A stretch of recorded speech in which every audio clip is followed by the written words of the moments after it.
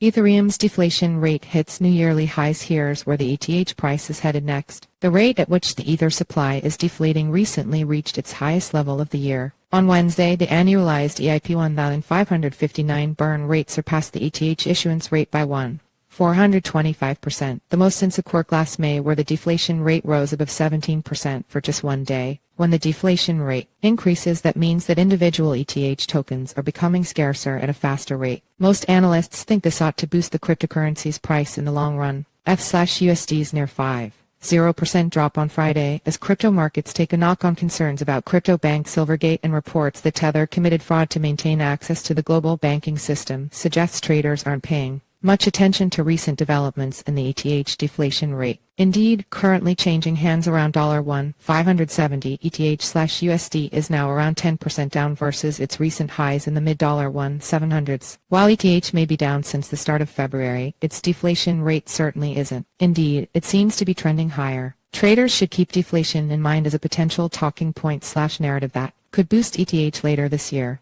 Other themes that might also boost, like Ethereum network upgrades, including the launch of staked ETH withdrawals next month, a potential DeFi resurgence, and a potential improvement in the macro backdrop if a U.S. recession can be avoided and falling inflation gives the U.S. Federal Reserve room to cut rates. Explainer: what is driving accelerate ETH deflation? Before answering the question as to what is driving the increase in the ETH deflation rate, we need to understand why ETH deflation even happens at all, and that requires an understanding of how the Ethereum network fee structure works. Network fees are split into two components. The first is a base fee that all users must pay to ensure that their transaction is accepted and processed on the blockchain. There's then an optional tip that users can pay to have their transaction processed more quickly. The Ethereum network automatically calculates the base fee, which rises at times of heavy network traffic. Ethereum Improvement Proposal EIP-1559, which was implemented into the Ethereum code in the London hard fork in August 2021, requires that all of these base fees paid by users are then burned, removing the tokens from circulation permanently. As a result, when the base gas fee rises, the rate at which Ether is burned also rises. When this burn rate exceeds the ETH issuance rate, which is around 0.55%, the ETH supply will decline.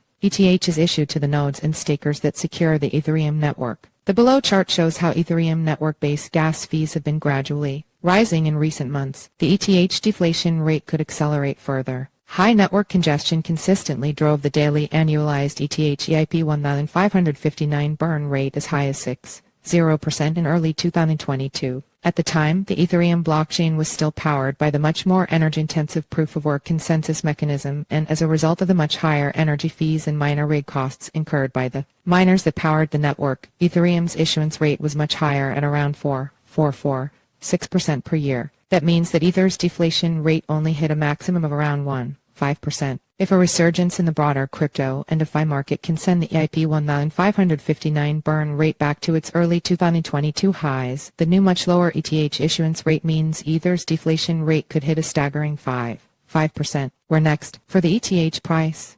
While ETH deflation might sound all very exciting, bulls might need to be patient as the near-term outlook for the world's second-largest cryptocurrency by market capitalization looks bumpy. ETH's latest drop has sent it below an uptrend that had been intact since the start of 2023. That potentially bodes poorly for Ether's near-term price outlook, with the test of February lows in the mid $1.400s potentially on the cards. Of course, the aggressive rally in U.S. stock markets on Friday, if built upon next week, could prevent further downside in crypto markets. Whatever the case, ETH looks likely to continue bouncing around with its February mid $1.400s to mid $1.700s range.